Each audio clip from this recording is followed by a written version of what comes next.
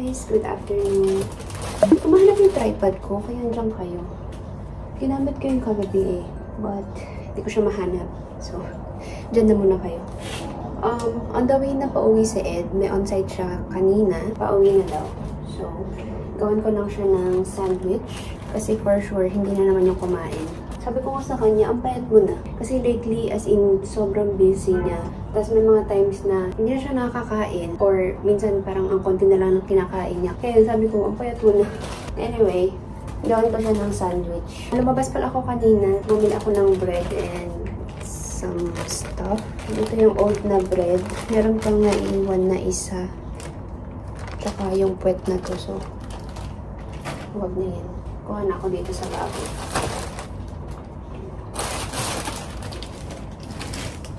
Gawin lang natin siya ng egg sandwich. Masarap may cucumber, kaso hindi ako nakabili. Tapos ito yung sauce na ginagamit namin. Daily Fresh.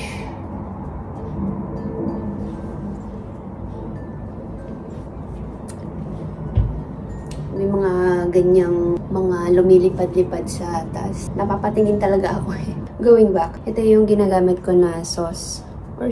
Mayonnaise from Daily Fresh, Big Tasty. Tapos, meron kasi siyang drawing dyan na burger. So, nung binili ko siya, sabi ko, baka masarap siya sa sandwich. Okay naman, nagustuhan naman ni Ed. Nalagyan ko siya ng ketchup para may konting tamis lang. Maaraw today, guys. But, uulan mamayang gabi. Mag-start siya ng 12 hanggang 6 or 7 ng umaga. So, ewan ko, hindi ko alam kung makakatulog ako tonight. Baka magpuyat ako kasi hindi ako mapapakali nito. Pero, bumili kami kanina. Nag-order ako sa noon ng, ano ba to yung pinabili ni Ed? Sealant. Silicone sealant. Lalagyan niya yung aming bintana.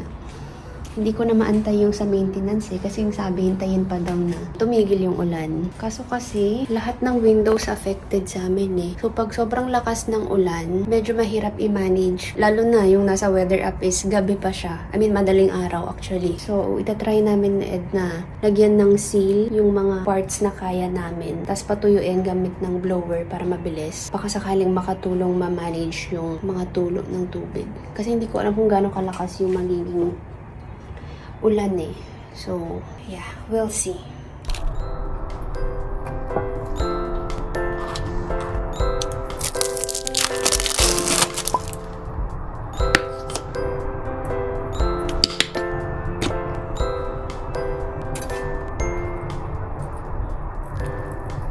Okay, tapos na yung sandwich, guys. Pero wala pa si Ed. Patiting palapit na siya. Ayan, egg and cheese. Tapos yung sauce ng tang sandwich. And then ketchup.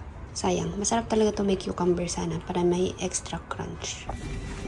Hello! Hi! What happened? Nothing. Wala namang alam na ba? Wow! Kaya ka ready? Wala ka tayo unwash. Ay, oo pala. Wait, eto nasa ano yan. Hindi ko na naman. Bath and Body. This one. Tinanggal ko muna kasi. Okay. Yes, good. Nalagyan na namin yung sa mga bintana. Actually, katatapos lang. Pero hindi namin nalagyan yung dito sa may kusina. Kasi may blinds. So, medyo mahirap siya. Maglalagay na lang kami ng mga basahan dito mamaya. Yung dito sa may living room, most nalagyan na namin. For sure, meron pa rin yan magiging tulo, ganyan. Pero sana hindi masyadong madaming tubig yung papasok. So, nilagyan namin yung mga nakikita namin na may gaps, mga ganyan. So, sana okay lang siya mamaya. Anyway, sa ano din, kwarto, naglagay din kami. Yun lang ang problema sa mga bahay dito sa UAE. Hindi siya built for mga ganyang ulan-ulan. Kasi hindi naman ata umuulan dito dati. Since sobrang bihira lang. Nagbabago na talaga ang panahon. Ano bang gagawin ko? Kalimutan ko na naman. Ay, yung rice. Pero na kaming ulam Yung ulam namin kahapon, yung nilaga. Madami pa. So, okay na to para sa dinner namin. Kailangan ko lang magsaing. So, meron pa kaming extra kagabi. And kaninang tanghali, konti lang yung nakain ko. So, may naiwan pa. Pero kailangan kong magsaing kasi bitin naman to para sa aming dalawa. Magsaing tayo. Ay, medyo maaga pa. 4:35. Magsaing ako mga 5:30. Mag-coffee muna kami. Love, you want coffee? Ay, mag-CR. You want coffee? 4:35. Okay. Coffee muna tayo, guys. May na tong rice. Maaga pa naman. Let's eat watermelon. Tapos na kami mag-dinner pala. And alas 8 na. 8:10. Yes, thank you for your opinion. Nanonood kami ng Modern Family. Time consecutive winner of the Realtor of the Year Award. Just get back in my hand. Future investors, stop making excuses. Thanks, Mike. I appreciate it. Or because that was just a yellow car. My dad's gonna freak out. You have to take the blame for this. Why me? Because he'll never get mad at you. He totally puts you on a pedestal. It's not true. Yeah, it is. Let me just call the cab company. One word. It's not rocket science, people. It's just a little red card. How's my favorite kid doing? Favorite. Malapit na mag-9, guys. So, minove namin yung coffee table. No. Ba't ba coffee table? Ako ng coffee table. Yung coffee nook namin, diba, siya, dito. Para ready, just in case maging malakas yung ulan mamaya. Nilayo muna namin siya sa window. Nilagay muna namin siya dito. Tapos nagre-arrange kami konti para hindi masyadong magulo and para meron kaming space maglakad-lakad. Yung shoebox, diba, andun siya. Minove muna namin dito. Para yung sofa, mamove namin siya pag ganun. And then para magkasya yung recliner niya dito. So magkatabi na siya. Then yung dining, I think okay naman na siyang ganyan. Ayan, medyo may space naman dito para ready. So far sa labas, okay pa. Wala pa.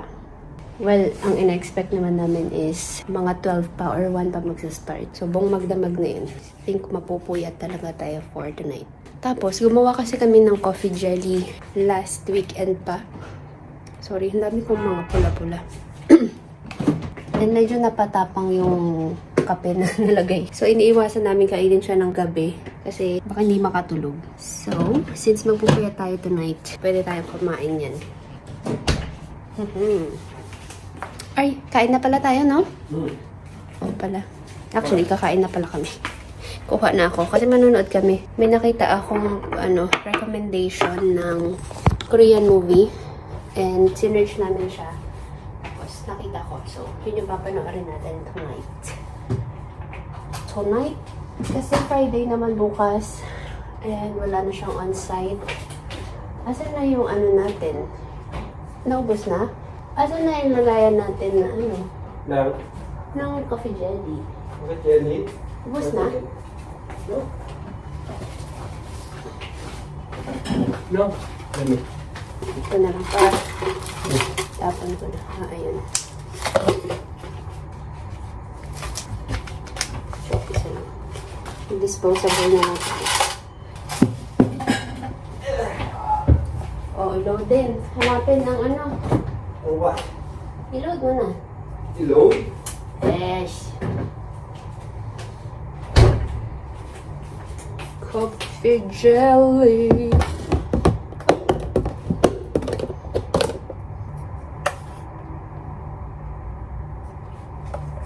Sasakyan lang yan. Kala ko umuulan na. But I don't think maubos natin to tonight. Kaya pang isang serving to.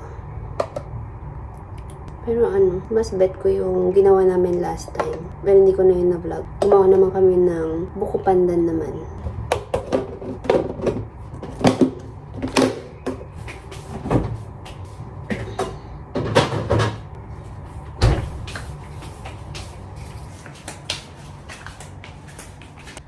Nandito na yung ating coffee jelly.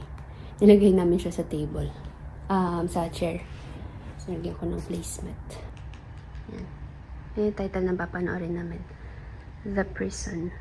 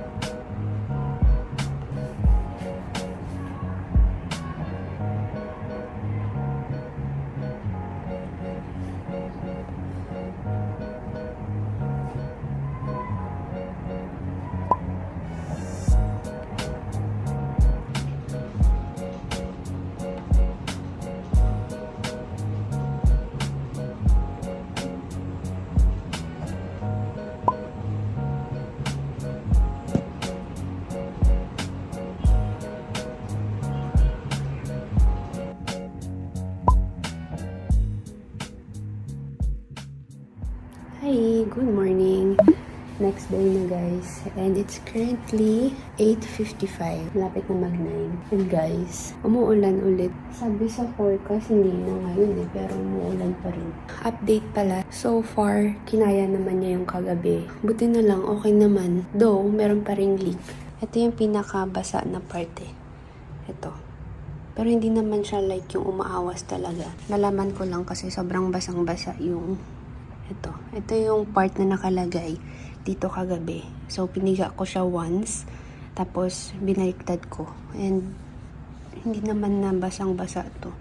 Kaya dinagdagan ko pa nito kasi akala ko magiging madami siya. Pero overnight, wala naman.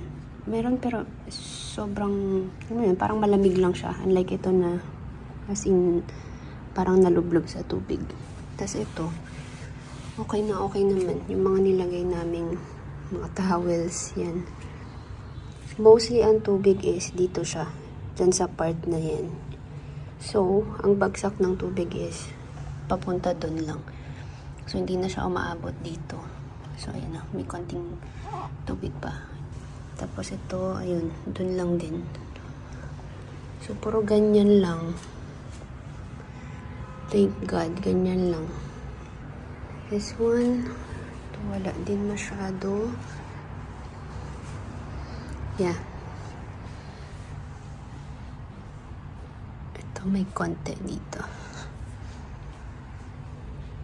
Ayun. Ayan o. Dito sila. Sa part na yan.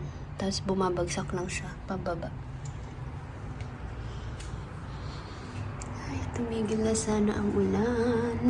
Para sa aming mga nasa UAE ngayon, sobrang pagsubok ang March. May kaguluhan, tapos ito may ulan-ulan pa. Ano nang next? Well, yeah, that's that. Dito sa okay lang din. Sobrang dami ko nilagay na basahan. Pero, dito lang yung may tumutulong kagabi. Yan, ito medyo damp. Pero yeah, overall, okay naman. Yung kwarto, okay din. Doon lang din sa may gilid na part. Pero hindi masyado. Konting-konti lang doon. So yeah, na-survive namin. Kagabi, ang OA talaga nung kidlat. Parang kami, parang nasa horror movie na gumagano'n lang siya. Tuloy-tuloy talaga. Natulog ako kagabi. Well, hindi na yung gabi. Umaga na yun. Mga 3:30 na siguro. Or wala pang 3:30. Inantay ko talaga kasi check ko yun sa weather app. Hanggang 3 yung parang 70% na So, ina-expect ko baka ang malakas na buhos is doon mga 2-3. Pero so far, mas malakas pa yung parang mga bago mag-12. Yung paumpisa pa lang. So, nag-decide na ako na matulog na ng mga 3 kasi parang kaya naman. And buti na lang, pagising, okay naman. Wala namang naging problem. So, ayun. Napuyat ako. Kasi pinatulog ko na siya kasi siya yung galing work. So ako na lang yung nagbantay. Doon nagising naman siya nung matutulog na ako. Pero yan, natulog din ata siya kasi wala namang masyadong problem. Akala ko makakapagligpit na ako ngayon. Bukas na lang siguro. I think hanggang mamayang hapon pa itong ulan na ulan. Hayaan ko na munang ganyan ang bahay. Ang gulo. Yan, free-up ko din yung dito sa may kusina. Kasi just in case na. Kasi hindi namin nalagyan ng sealant to eh. Just in case magana yung tubig. Walang mga appliance. Ganun. Well, may ano dun. Ginamit namin lang kanina. Alright, malapit na mag-12 guys. 11:50 na and karatapos ko lang magluto. Well, hindi pa. Malapit na. Mga 2 minutes. Parang masarap ng ulam na naluto ko guys. Ano lang siya? Ano ba? Invento ba? Pero wala akong recipe na sinundan. Nakuha ko lang yung idea sa isa sa mga videos ni Ninong Rai na napanood ko.